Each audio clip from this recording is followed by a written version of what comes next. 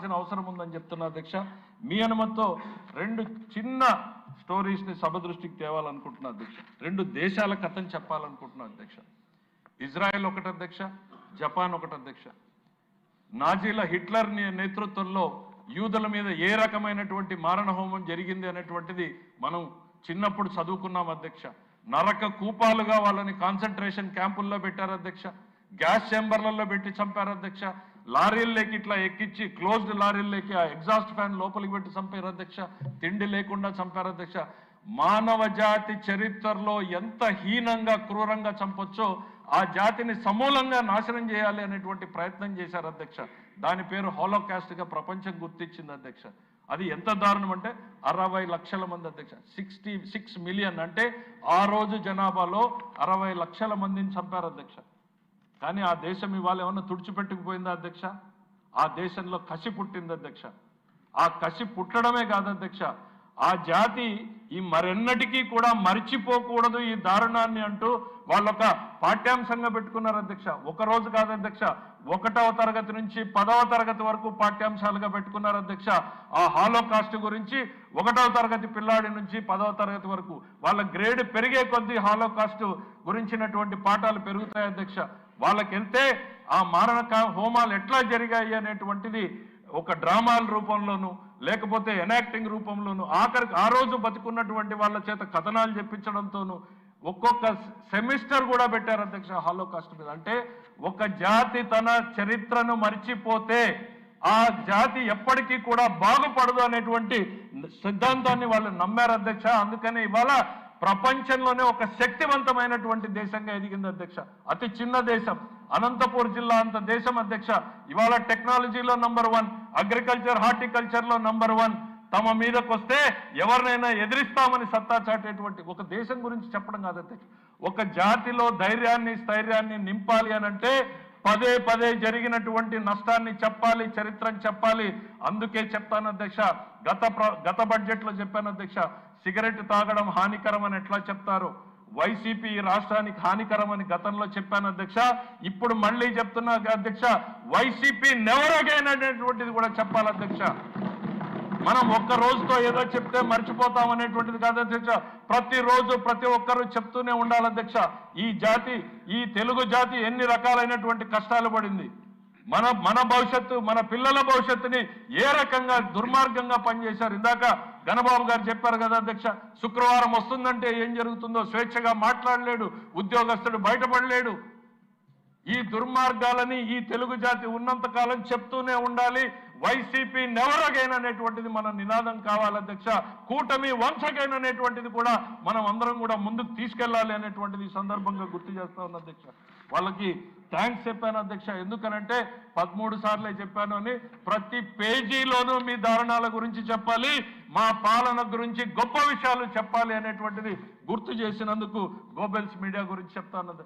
వాళ్ళు చేసింది ఏంది అధ్యక్ష, ఆ రోజు హిట్లర్ ఉన్నాడు, గోబెల్స్ అనేటువంటి వ్యక్తి ప్రపంచానికి ప్రచారం ప్రాపగాండా మినిస్టర్ అధ్యక్ష. వాడి పేరు మీదనే ఈరోజు గోబెల్స్ ప్రచారం అంటారు అధ్యక్ష. ఇవాళ తేడా ఏముంది అధ్యక్ష, ఈ నయా నాజీల పాలనలో వీళ్ళకి ఓ మీడియా సంస్థను పెట్టుకున్నారు అధ్యక్ష గోబెల్స్ ప్రచారం చేయడానికి. ఇవన్నింటినీ కూడా ప్రజలు గుర్తుంచుకునేలా మనం పదే పదే చెప్పకపోతే మన ప్రయారిటీస్లో మార్పులు వస్తాయి, సమాజం మర్చిపోయే ప్రమాదం ఉంది. ఈ దుర్మార్గుల పాలన గురించి మనము మన పిల్లలు ఏ రకమైనటువంటి నష్టాలు చూసాం, రాబోయేటువంటి తరం ఏ రకంగా నష్టపోతుంది అనేటువంటిది చెప్పాల్సినటువంటి అవసరం ఉంది అన్నటువంటిది ఈ సందర్భంగా చెప్తున్నా అధ్యక్ష. అదే భావన మన ప్రజల్లోనూ కూడా ఉండాలి అధ్యక్ష. ఇవాళ నరేంద్ర మోడీ గారు ఒక విషయంలో ఆయన ఒక సక్సెస్ అయ్యారు అధ్యక్ష. ఒక కుటుంబ పాలన నుంచి, కుటుంబ ఆరాధన వైపు నుంచి ఒక జాతీయ భావాన్ని తీసుకురావడంలో ఆయన ఈరోజు భారతదేశంలో మోస్ట్ సక్సెస్ఫుల్ గా తీసుకెళ్లారు అధ్యక్ష. భారతదేశంలో మొట్టమొదటిసారి ఒక జాతీయ భావాన్ని గ్రామ స్థాయి నుంచి ఢిల్లీ స్థాయి వరకు కూడా చూడగలుగుతున్నామంటే ఇవాళ ఒక వ్యక్తి తన ప్రయత్నాన్ని మొదలుపెట్టి, ఒక పార్టీ తన ప్రయత్నాన్ని మొదలుపెట్టింది అధ్యక్ష. ఈ రాష్ట్రంలో మనందరి బాధ్యత అనేటువంటిది కూడా గత పాలన చేసినటువంటి దుర్మార్గుల గురించి, దుర్మార్గాల గురించి కూడా గుర్తు చేస్తూనే ఉండాలి. ఈ రాష్ట్రం ఎక్కడ ఏ పరిస్థితుల్లో అధ్యక్ష, తమిళనాడు నుంచి విడిపోయి వచ్చాం, కర్నూలుకు వచ్చాం, హైదరాబాద్ వెళ్ళాం, మళ్ళీ ఇక్కడికి వచ్చాం. ఈరోజు మనకు శక్తి లేదా, ప్రపంచవ్యాప్తంగా మన పిల్లలు లేరా, మనకు ఆలోచనలు లేవా, కానీ స్ఫూర్తినిచ్చేటువంటి నాయకత్వం గత 5 ఏళ్లలో లేకపోవడం మూలాన ఇవాళ దెబ్బతిన్నాం అధ్యక్ష. మళ్ళీ ఈ రాష్ట్రానికి ఆ స్ఫూర్తిని, ఒక దశను, ఒక దిశను ఇచ్చేటువంటి నాయకత్వం రాబట్టే ఈరోజు మళ్ళీ ఈ రాష్ట్రం గాడిన పడి పరుగులు పెట్టేటువంటి ప్రయత్నం చేస్తా ఉంది అధ్యక్ష. భవిష్యత్తులో తప్పు జరగకూడదు, continuity of the governance is more important అనేటువంటిది మనం ప్రతి ఒక్కరం కూడా చెప్తూనే ఉండాలి అనేటువంటిది ఈ సందర్భంగా గుర్తు చేస్తున్నా అధ్యక్ష. ఇది మన కోసం కాదు అధ్యక్ష, ఈ రాష్ట్రం కోసం, ఈ రాష్ట్రంలో ప్రతి కుటుంబం భవిష్యత్తు కోసం ఇవాళ ఈ కూటమి మళ్ళీ మళ్ళీ రావాల్సినటువంటి అవసరం ఉంది అనేటువంటిది ఈ సందర్భంగా గుర్తు చేస్తా ఉన్న అధ్యక్ష. ఇక బడ్జెట్ల గురించి, ఎందుకంటే అధ్యక్ష వాళ్ళు గుర్తు చేసినందుకు మళ్ళీ ఎక్కువ చెప్పాల్సి వచ్చింది. బడ్జెట్లో సంక్షేమాల గురించి, సంక్షేమం గురించి, అభివృద్ధి గురించి అధ్యక్ష, ఈరోజు ప్రభుత్వంలో బడ్జెట్లో చెప్పినట్టుగానే అంత ఈజీగా ఏం లేదు అధ్యక్ష. డే టు డే ప్రతిరోజు కూడా నిత్యం సంఘర్షణ జరుగుతూనే ఉంది అధ్యక్ష. ఆర్థిక శాఖలో ప్రయారిటీస్ చేయాల్సినటువంటివి ఎక్కువ ఉన్నాయి, చెల్లించాల్సినవి ఎక్కువ ఉన్నాయి, మనకు వస్తున్నటువంటి పరిమిత ఆదాయం ఉంది. కానీ మాకున్నటువంటిది ఒకటే ఒక నమ్మకం అధ్యక్ష. ఆ నమ్మకాన్ని ఇస్తున్నటువంటి నాయకత్వం అధ్యక్ష. ఆ నాయకత్వానికి బలంగా బాసటగా నిలబడినటువంటి ఢిల్లీ గురించి కూడా చెప్పక తప్పదు అధ్యక్ష. ఎందుకనంటే అధ్యక్ష, ఈరోజు ముఖ్యమంత్రి గారు ఎప్పుడూ చెప్తూ ఉంటారు అధ్యక్ష, 80 లక్షల టన్నుల చెత్తను వదిలారని. రాష్ట్రంలోనే కాదు అధ్యక్ష, ప్రభుత్వంలో దానికి మించినటువంటి చెత్తను వదిలేసిపోయారు అధ్యక్ష. ప్రతి శాఖలో కూడా మంత్రులు ఎప్పుడు కూర్చొని మాట్లాడినా ఉన్నా కూడా ఏ డిపార్ట్మెంట్లో ఎంత చెత్త వదిలిపోయారు అనేటువంటిది డిస్కషన్ నడుస్తూ ఉంది అధ్యక్ష. దాన్ని ప్రక్షాళన చేయడానికే సమయం అంతా కూడా సరిపోతుంది అధ్యక్ష. ఈరోజు మాకు వచ్చినటువంటి వారసత్వ సమస్యలు గతంలో కూడా చెప్పాం, నేను చెప్తూనే ఉన్నా అధ్యక్ష. ది కాస్ట్ ఆఫ్ రిపిటేషన్ పదే పదే చెప్పాల్సినటువంటి అవసరం ఉంది. 9,74,000 కోట్ల రూపాయల బకాయిలు పెట్టిపోయారు అధ్యక్ష.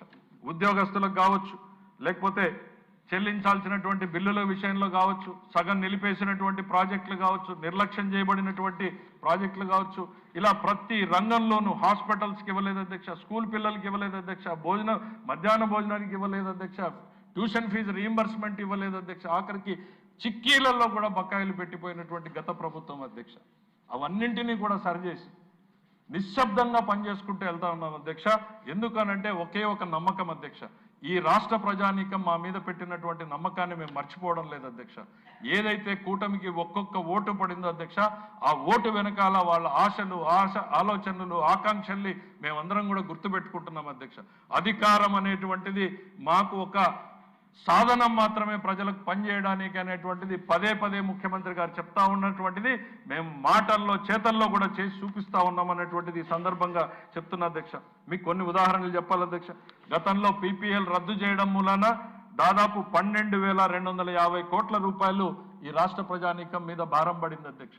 ట్రూ అప్ వేశారు అధ్యక్ష.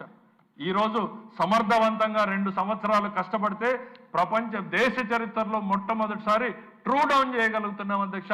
13 పైసల్ని సేవ్ చేయగలుగుతున్నాం అధ్యక్ష యూనిట్కి. ఇక్కడ ఎంత చేశాము అన్నదానికన్నా కానీ ఎంత సమర్థవంతం వైపు వెళ్తున్నాము అనేటువంటిది ఇది ఒక ఎగ్జాంపుల్. మా ఆలోచనలు ఏంటి, మా ప్రయారిటీలు ఏంటి అనేటువంటిది అధ్యక్ష.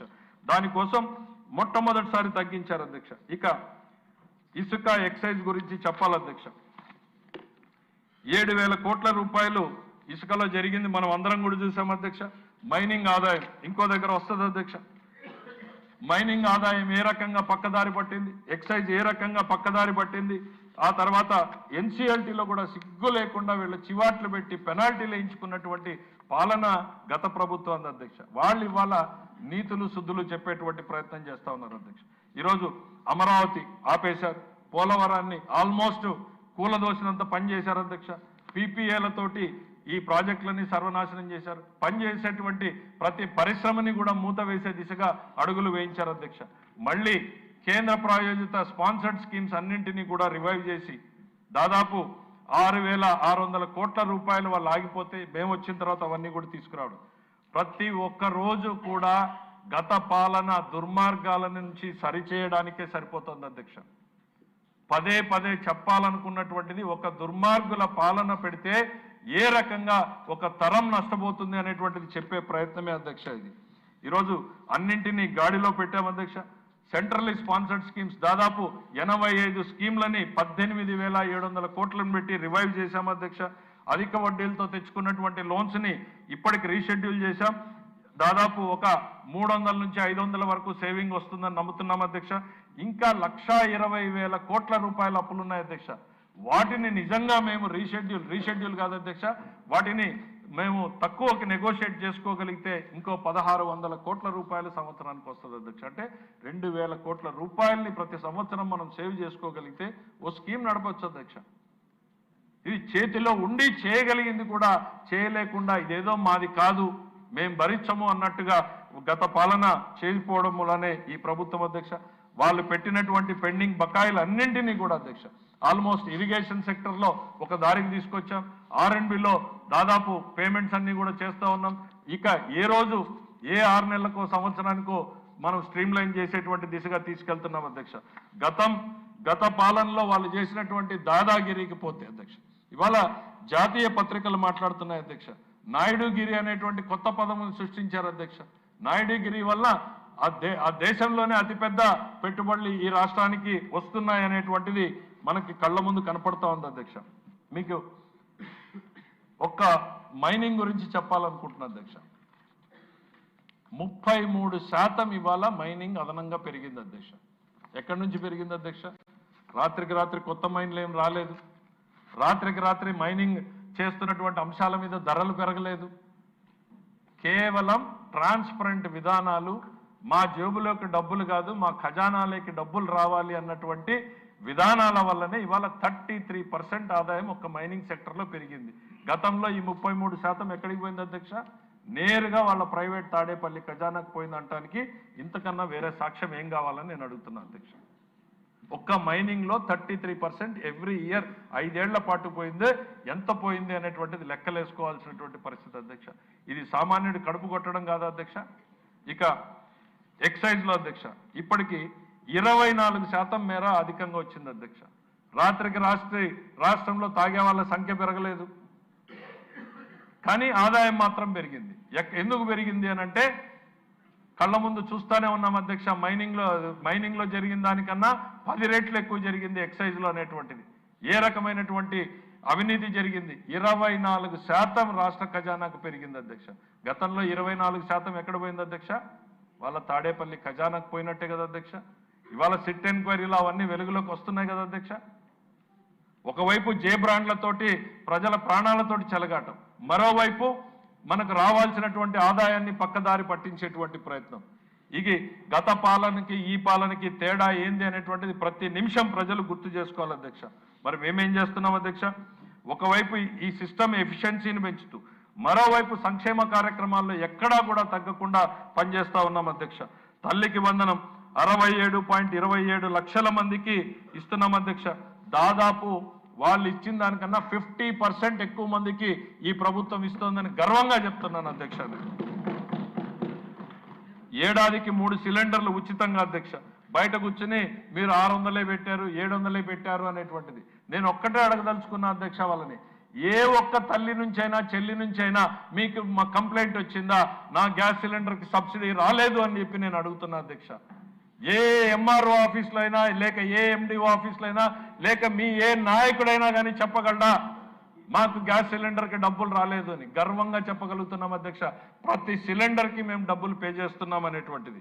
దానికోసం దాదాపు 3,000 కోట్ల రూపాయలని గతంలో ఖర్చు పెట్టాం అధ్యక్ష. ఇక అన్నదాత సుఖీభావ కింద అధ్యక్ష 48 లక్షల మందికి అధ్యక్ష 6,000 కోట్లని ఇప్పటికే రిలీజ్ చేయడం జరుగుతూ ఉంది అధ్యక్ష. ఎక్కడా కూడా ఒక్క పథకాన్ని కూడా ఆలస్యం చేయకుండా చేస్తూ ఉన్నాం అనేటువంటి చెప్తా ఉన్నాం అధ్యక్ష. ఇక డిఎస్సి గురించి అధ్యక్ష ఎన్ని అడ్డంకులు పెట్టారు అధ్యక్ష. మేము తొలి సంతకం పెట్టామని ఆ డిఎస్సి జరగకూడదని అంటే ఖచ్చితంగా లోకేష్ గారిని అభినందించాలి అధ్యక్ష. ఏ ఒక్క లీగల్ లేకుండా ఎక్కడ ఏ రకమైనటువంటి చట్టపరమైన ఇబ్బందులు రాకోకుండా వాళ్ళు కోర్టులకు వెళ్తున్నారని తెలుసు, ఆపేసే ప్రయత్నం చేస్తున్నారని తెలుసు, దానికి 10 రెట్లు ఎక్కువ శ్రమపడి మేము చట్టపరంగా ఎటువంటి ఇబ్బందులు రాకుండా ఆ 15,000 మందికి ఉద్యోగాలు ఇప్పించగలిగాం. ఖచ్చితంగా ఐటీ మినిస్టర్ని అభినందించక తప్పదు అనేటువంటిది సందర్భంగా తెలియజేస్తాం అధ్యక్ష. ఇక అర్చకులకు, మత్స్యకారులకు, న్యాయ బ్రాహ్మణులకు, లాయర్లకు, ప్రతి వర్గానికి కూడా ఏవైతే ప్రామిస్ చేశామో అవన్నీ కూడా డెలివరీ చేయడం జరుగుతుంది అధ్యక్ష. గీత కార్మికులకు మద్యం షాపుల్లో రిజర్వేషన్లు ఇవ్వడం జరుగుతోంది. గనులు లీజ్ తీసుకున్నటువంటి వడ్డెర కార్మికులకు సీనరైజుల్లో మినహాయింపునివ్వడం జరుగుతోంది అధ్యక్ష. ఇక రహదారుల విషయంలో ఎక్కడా కూడా కాంప్రమైజ్ లేకుండా, పాట్ హోల్స్ అనేటువంటివి లేకుండా ఇంప్రూవ్ చేస్తున్నాం అధ్యక్ష. చాలా మా ఆర్ఎండ్బి మినిస్టర్ గారు అయితే నిత్యం పోరాటమే ఉంటుంది అధ్యక్ష. ఎందుకనంటే ఒకవైపు చేయాల్సినటువంటి కిలోమీటర్లు చాలా ఎక్కువ ఉన్నాయి, ఫైనాన్సెస్ ఏమో చాలా ఇబ్బందికరంగా ఉన్నాయి, చేయాల్సిన పనులతో పాటు పెండింగ్ పెట్టిపోయినటువంటి బకాయిలు చాలా ఎక్కువ ఉన్నాయి అధ్యక్ష. ఆ పెండెన్సీని క్లియర్ చేయడానికే దాదాపు 1.5 ఇయర్ పట్టింది అనేటువంటిది ఈ సందర్భంగా తెలియజేస్తున్నా అధ్యక్ష. సింపుల్ ఎగ్జాంపుల్ అధ్యక్ష, ఆయన చెప్పగలుగుతారు. సిఆర్ఎఫ్ మనకి వచ్చేది 350 కోట్ల అధ్యక్ష సంవత్సరానికి కేంద్రం నుంచి. దాని కింద వాళ్ళు ఇచ్చిపోయినటువంటి శాంక్షన్లు 1800 కోట్ల అధ్యక్ష. అంటే రాబోయేటువంటి 5 సంవత్సరాలకు సంబంధించినటువంటి టెండర్ వర్కుల్ని వాళ్ళు పిలిచి వెళ్ళిపోతే ఇవాళ మేము వాటికి పే చేస్తున్నాం అధ్యక్ష. ₹1 వాళ్ళు పే చేయలేదు అధ్యక్ష. వాళ్ళు వేసామని చెప్పుకుంటున్నటువంటి రోడ్లకు కూడా ఈరోజు ఈ ప్రభుత్వం, చంద్రబాబు నాయుడు గారి ప్రభుత్వం, ఈ కూటమి ప్రభుత్వం పే చేస్తుంది అన్నటువంటి విషయాన్ని వాళ్ళకు గుర్తు చేస్తా ఉన్నా అధ్యక్ష. ఇక ఇవన్నింటికన్నా విద్యారంగంలో అనేక మార్పులు అధ్యక్ష. బహుశా చాలా డీటెయిల్డ్గా దీని మీద డిస్కషన్ తర్వాత జరుగుతుంది అధ్యక్ష. ఇవాళ కేంద్ర ప్రభుత్వం మాకు వెంటిలేటర్ మీద ఉన్నటువంటి రాష్ట్రాన్ని నడపగలిగేటువంటి స్థాయికి నడిచింది అని అంటే ప్రజలు తీసుకున్నటువంటి ఒక తెలివైనటువంటి నిర్ణయం అధ్యక్ష. కూటమికి ఓటు వేయాలి అన్నటువంటి నిర్ణయంతో ఈ రాష్ట్రం పడిపోకుండా, చెడిపోకుండా నిలబడింది అనేటువంటిది ప్రజలందరికీ కూడా చెప్తా ఉన్నాం అధ్యక్ష. ఎంత కష్టపడే మనస్తత్వం ఉన్నా కొంతైనా ఆసరా లభించాల్సినటువంటి పరిస్థితి ఉంది అనేటువంటిది గుర్తు చేస్తారు. ఇవాళ ఢిల్లీ ఆ భరోసాన్ని, ఆ నమ్మకాన్ని ఇస్తుంది కాబట్టే నడుపుతున్నాం అనేటువంటిది చెప్తున్నాం అధ్యక్ష. ఇంకా రావాల్సింది, చేయాల్సింది ఎంతో ఉంది, కానీ ఒక నమ్మకం ఉంది. ఈ రోజు కాకపోతే రేపు తీరాన్ని చేరుతాము అన్నప్పుడు మనకున్నటువంటి ధైర్యం వేరు, విశ్వాసం వేరు. ఆ దిశగా మేము అడుగులు వేస్తున్నాం అనేటువంటిది ఈ సందర్భంగా గుర్తు చేస్తున్నాం అధ్యక్ష. ఇట్లాంటి పరిస్థితుల్ని పెట్టిపోయి బయటకు పోయి వాళ్ళు మాట్లాడేటువంటి మాటలు అధ్యక్ష, వాళ్ళు సభకు వచ్చి ఉంటే చాలా హ్యాపీగా ఉండేది అధ్యక్ష. బయట కూర్చొని ప్రెస్ మీట్లతోటి మాట్లాడతారు. ఈ సభ నుంచి వాళ్ళకి రిప్లై చెప్పాలా లేదా కూడా అర్థం కాదు అధ్యక్ష. వాళ్ళు రకరకాల విమర్శలు చేస్తూ ఉన్నారు. అది ఆయన ఏదో అద్భుతాలు చేశారని చెప్తున్నాడు అధ్యక్ష. ముఖ్యమంత్రి గారు ప్రతిరోజు కూడా ఒక పార్లమెంట్కి సంబంధించినటువంటి ఎమ్మెల్యేలందరితో కూడా మాట్లాడుతున్నారు అధ్యక్ష. ఈ రీసెంట్గా ఒక 3 days బ్యాక్ కడప జిల్లా వాళ్ళతోటి, అంతకుముందు 2 days బ్యాక్ కర్నూలు జిల్లా వాళ్ళతో జరిగితే పులివెందల్లోనే ఇంత పెద్ద లిస్ట్ ఇచ్చిపోయారు అధ్యక్ష. పెండింగ్ చేయాల్సినటువంటి, చెల్లించాల్సినటువంటి బకాయిలు వాళ్ళు ఎవరు చేశారనేది ఇప్పుడు అప్రస్తుతం. మా ముఖ్యమంత్రి గారికి పులివెందల్లో డ్రింకింగ్ వాటర్ ఇచ్చారు అధ్యక్ష. పులివెందల్లో దాదాపు 19 కోట్లు ఒకటి ఇచ్చారు, బనానా ప్రాసెసింగ్ ప్లాంట్ ఇచ్చారు, మున్సిపాలిటీలో 34 కోట్లు ఇచ్చారు, రూరల్ ఇంకో 23 కోట్లు ఇచ్చారు.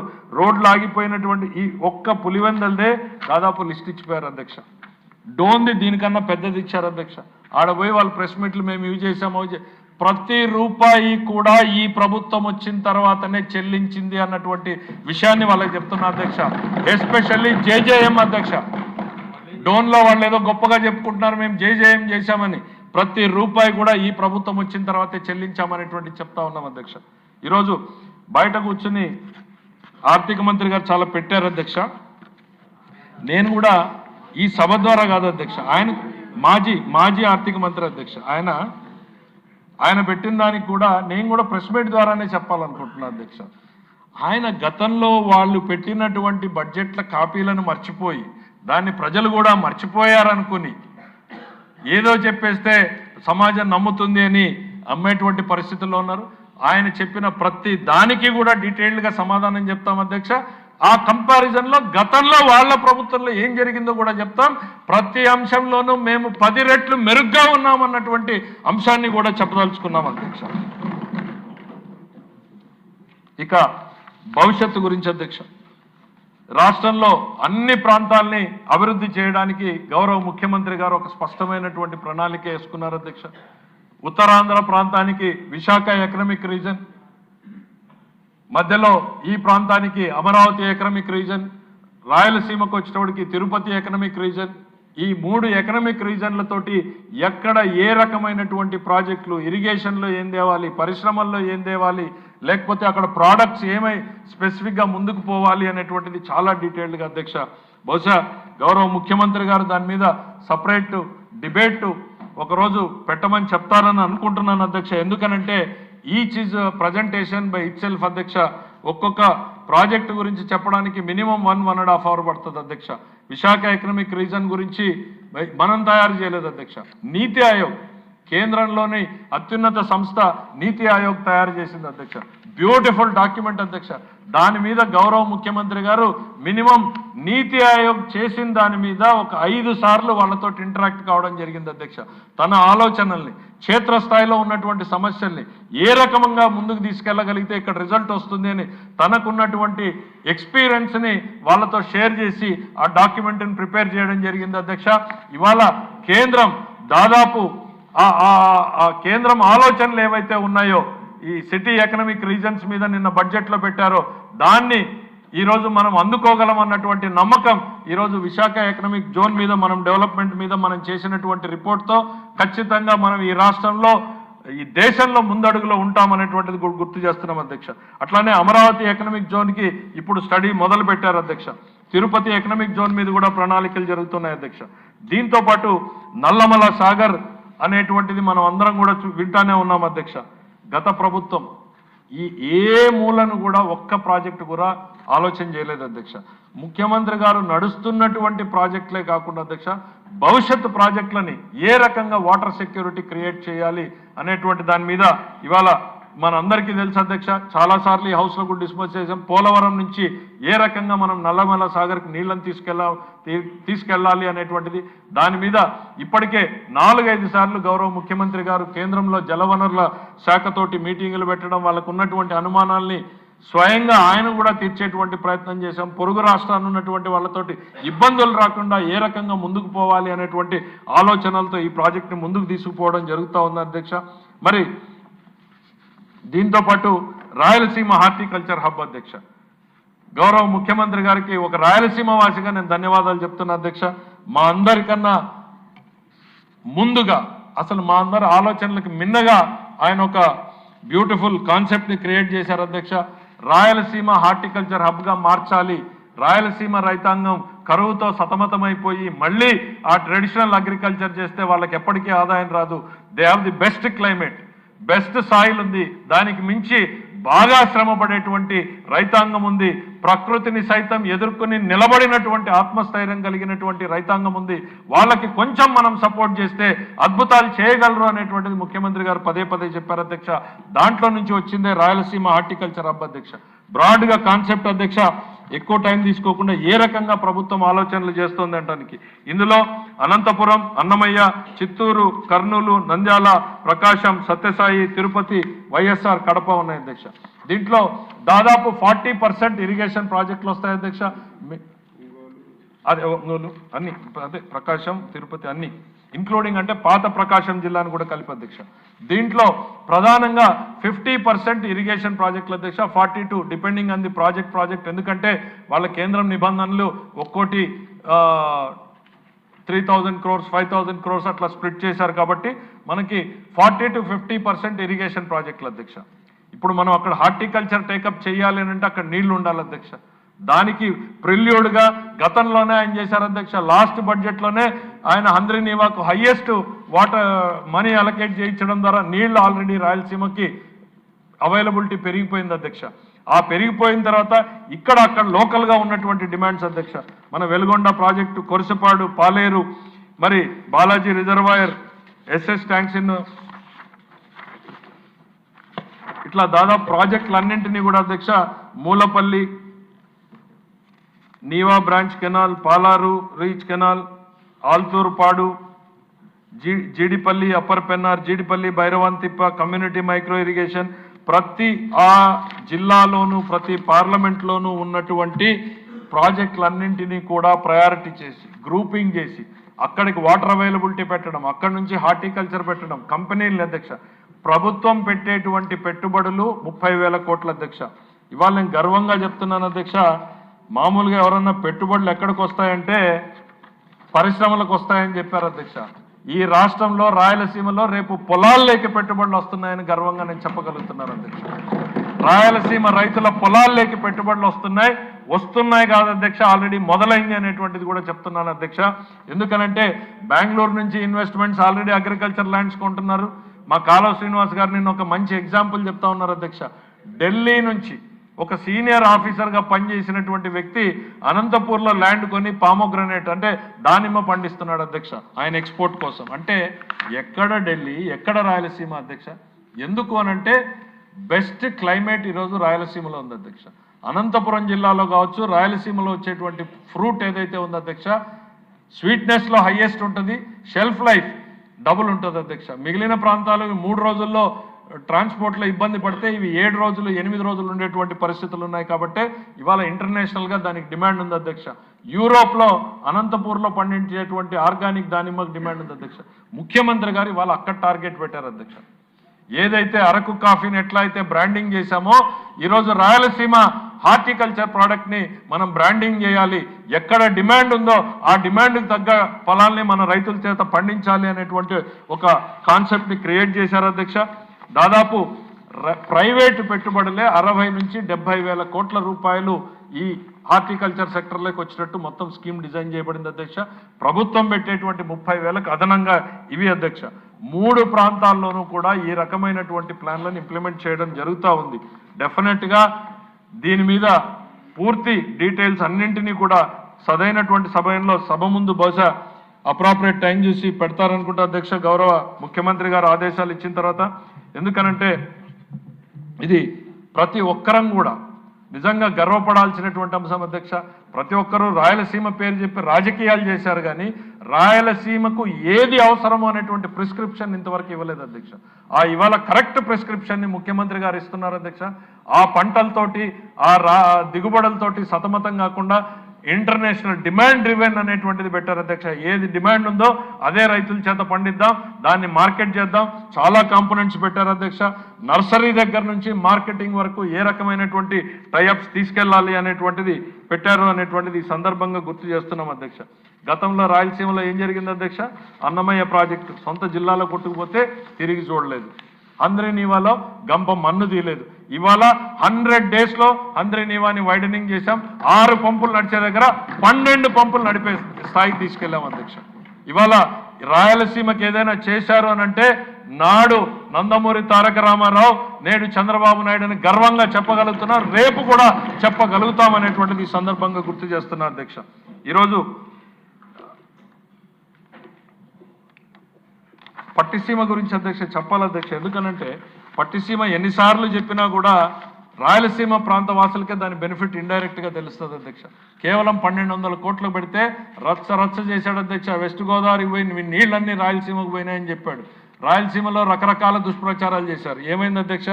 ఒక్క ప్రాజెక్ట్ 1 సంవత్సరంలో కంప్లీట్ చేస్తే దాన్ని ఇవాళ ఒక స్టడీ చేయాలి అధ్యక్ష. 5 ఏళ్ల కింద స్టడీ చేస్తేనే 44,000 కోట్ల రూపాయల సంపాదన సృష్టించింది అధ్యక్ష. వాటర్ స్టెబిలిటీని తీసుకొచ్చింది అధ్యక్ష. అంతకుముందు ఇదే హౌస్లో ఎన్ని గొడవలు జరిగేవి అధ్యక్ష. కర్నూలు వాళ్ళు మా కేసీ కెనాల్ నీళ్లు తీసుకెళ్లొద్దు అనేవాళ్ళు, అనంతపురం ఏమో కేసీ కెనాల్ నీళ్లు మాకు కావాలి అనేవాళ్ళు, కింద అనంతపూరు కడప పులివెందల నీళ్లు మాకు పులివెందల బ్రాంచ్ కెనాల్ నీళ్లు కావాలి. ప్రతి జిల్లా గొడవలు పడేటువంటి రోజుల్లో ఈ 10 ఏళ్లలో ఒక్క రోజు కూడా అది రాలేదు అనంటే పట్టిసీమ వల్లే అనేటువంటిది ఈ సందర్భంగా తెలియజేస్తా ఉన్నా అధ్యక్ష. ఈరోజు వాళ్ళు వచ్చి మళ్ళీ ఏందో రాయలసీమ లిఫ్ట్ పేరుతో రాజకీయం చేస్తున్నారు అధ్యక్ష. రాయలసీమ లిఫ్ట్ని చంద్రబాబు నాయుడు గారు ఏదో చేశారు అని చెప్పి నేను ఒక్కటే అడుగుతా ఉన్నా అధ్యక్ష. మా ఇరిగేషన్ మినిస్టర్ గారు డాక్యుమెంట్స్ పెడతారు అధ్యక్ష. గతంలో ఆయన ముఖ్యమంత్రిగా ఉన్నప్పుడు ఆయనకు చీఫ్ సెక్రటరీగా ఉన్నటువంటి దాస్, పేరు చెప్పకూడదు అధ్యక్ష కానీ చెప్పాలి స్పష్టంగా, ఎందుకంటే డాక్యుమెంట్లో సంతకం పెట్టారు. ఆయనకి ఈఎన్సీగా ఉన్నటువంటి వ్యక్తి ఎన్జిటీలోకి వెళ్ళి అఫిడవిట్ వేశారు అధ్యక్ష. ఏమని వేశారు అధ్యక్ష? మేము ప్రాజెక్టు కట్టడం లేదు, కేవలం డిపిఆర్ ప్రిపేర్ చేస్తున్నాము. దిస్ ఈజ్ ఆన్ రికార్డ్ అధ్యక్ష. డిపిఆర్ చేస్తున్నాము, డిపిఆర్ పనులు మాత్రమే చేస్తున్నామని చెప్పినటువంటి నాయకులు ఈరోజు ఏదో మేము రాయలసీమ ఛాంపియన్లు అదేదో ప్రాజెక్ట్ మీ హయాంలోనే ఎన్జిటి మొట్టికాయ వేసి ఆపేసింది అధ్యక్ష. దానికి మాకేం సంబంధం అధ్యక్ష? నువ్వు అఫిడవిట్లు ఇచ్చినా తప్పుడు రాతలు రాసినా ఎన్జిటి ఆపేసింది. ఆ తర్వాత తూచి ఇదంతా కాదు మేము డ్రింకింగ్ వాటర్ చేస్తామన్నావు, అది ముందుకు సాగలేదు. నీ హయాంలో ఆగిపోయినటువంటి ప్రాజెక్ట్ని బురద మా మీద వేసేటువంటి ప్రయత్నం స్టాండర్డ్ అధ్యక్ష. బాబాయ్ హత్య దగ్గర నుంచి మొదలైంది ఈ రోజు వరకు బట్టగాల్చి చేసేది వాళ్ళు, మా మొహానేసి తుడుచుకోండి అనేటువంటిది అలవాటు అధ్యక్ష. రాయలసీమ ప్రాజెక్ట్ ఆగిపోయింది జగన్మోహన్ రెడ్డి గారి హయాంలోనే. దానికి కారణం 100% ఆనాటి ప్రభుత్వమే అనేటువంటిది ఈ సందర్భంగా గుర్తు చేస్తా ఉన్న అధ్యక్ష. ఇంతేకాదు అధ్యక్ష, ఆయన వచ్చిన తర్వాత రాయలసీమకు ఒక గొప్ప వరాన్ని ఇచ్చాడు అధ్యక్ష. పుణ్యాత్ములు పెద్దలు గతంలో చేసిన శాంక్షన్లని 102 ఇరిగేషన్ ప్రాజెక్టులని రద్దు చేసిపోయిన మహానుభావుడు ఆయన ఈరోజు రాయలసీమ ఛాంపియన్ అని నేను చెప్తాడు అధ్యక్ష. నేను ఈరోజు మా ఇరిగేషన్ మినిస్టర్ గారిని ఒక రిక్వెస్ట్ చేస్తాను అధ్యక్ష. రాయలసీమ ప్రాజెక్టులో ఏవి రద్దయినాయో ఒకరోజు ఈ సభ ద్వారా రాష్ట్ర ప్రజానీకానికి తెలియజెప్పే ప్రయత్నం చేసి ఆ లిస్టును మొత్తం కూడా ప్రజల ముందు పెట్టమంటాం అధ్యక్ష. 102 ప్రాజెక్టులని ప్రీక్లోజ్ చేసినటువంటి మహానుభావుడు జగన్మోహన్ రెడ్డి గారు ఈరోజు రాయలసీమకు ఛాంపియన్ నేను అని ఆయన చెప్పడము, వాళ్ళు బాకా పట్టడము, కిందకెళ్ళి ప్రెస్ మీట్లు పెట్టడము, మేమేదో ఆ ప్రాజెక్టులు ఆపామని చెప్పేటువంటి ప్రయత్నం చేస్తున్నారు అధ్యక్ష. ఈ ఒకటే అధ్యక్ష, దుష్ప్రచారమే వాళ్ళ అజెండా. ఆ రోజు నుంచి ఈ రోజు వరకు వాళ్ళు క్షమాపణ చెప్పాల్సింది పోయి తిరిగి మనల్ని క్షమాపణ చెప్పేటువంటిది అడుగుతూ ఉన్నటువంటిది పరిస్థితి అధ్యక్ష. టైం గుర్తు చేశారు కాబట్టి 2 నిమిషాల్లో క్లోజ్ చేస్తారు అధ్యక్ష. ఈరోజు వాళ్ళు అభివృద్ధిని ఓర్వలేని వాళ్ళు ఏదో ల్యాండ్ అలాట్మెంట్ మీద విపరీతంగా మాట్లాడుతున్నారు అధ్యక్ష. ఈరోజు ఈ ప్రభుత్వం ఎక్కడ ల్యాండ్ అలాట్ చేసినా అక్కడ ప్రాజెక్టులు వచ్చినాయి అధ్యక్ష. టీసీఎస్ వచ్చింది అధ్యక్ష, కాగ్నిజెంట్ వచ్చింది అధ్యక్ష. మీరు ఈరోజు ఇక్కడ భూములు ఇచ్చాం అధ్యక్ష. పెనుగొండలో భూములు ఇస్తే ఏమొచ్చింది అధ్యక్ష? కియా కళ్ళ ముందు కనపడుతుంది అధ్యక్ష. గన్నవరంలో భూములు ఇస్తే హెచ్సిఎల్ వచ్చింది అధ్యక్ష. అశోక్ లేలాండ్ కనపడింది, హీరో వచ్చింది, టీసీఎస్ వచ్చింది. ఇవాళ భూములు ఇస్తే గూగుల్ వచ్చింది అధ్యక్ష. మరి మీ చరిత్ర చూస్తే అధ్యక్ష, లేపాక్షి నాలెడ్జ్ హబ్ 8,000 ఎకరాలు, 8,000 ఎకరాల్లో ఒక్క ఎంఎస్ఎంఈ ప్రాజెక్టు కూడా రాకపోవడగా ఆ భూముల్ని తాకట్టు పెట్టి 1,000 కోట్ల రూపాయలు తీసుకెళ్లారు. ఈరోజు అవి కోర్టుల్లో పడిపోయాయి. మరోవైపు వ్యాన్పిక్ మరో 13,000 కోట్లు, 18,000 ఎకరాల్లో వ్యాన్పిక్, బ్రాహ్మణి స్టీల్స్ పేరుతో 10,000. ఎక్కడైనా ఒక్క ప్రాజెక్టు మీ హయాంలో వచ్చిందా?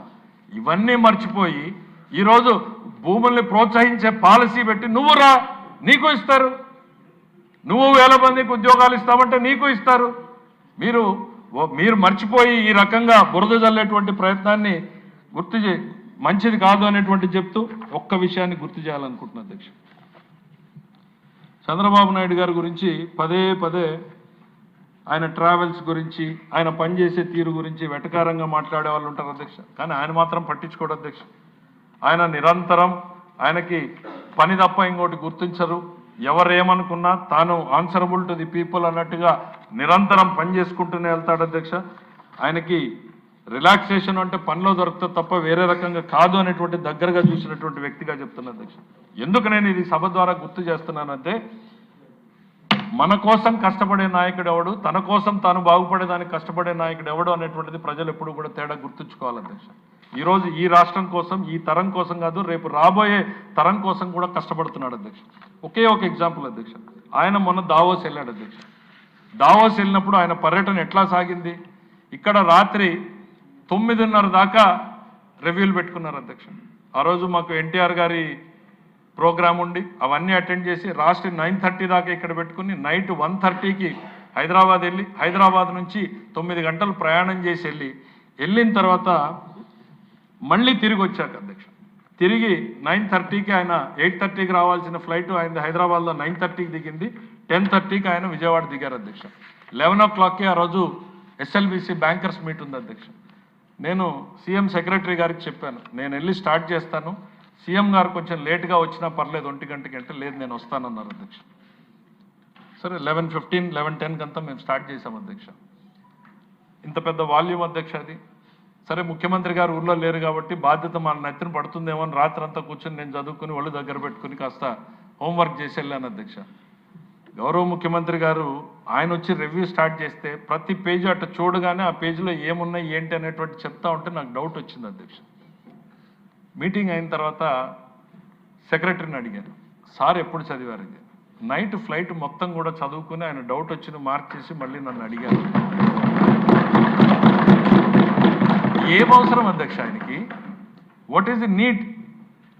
9 గంటల ప్రయాణంలో జెట్ ల్యాగ్లో ఇన్ని మీటింగుల తర్వాత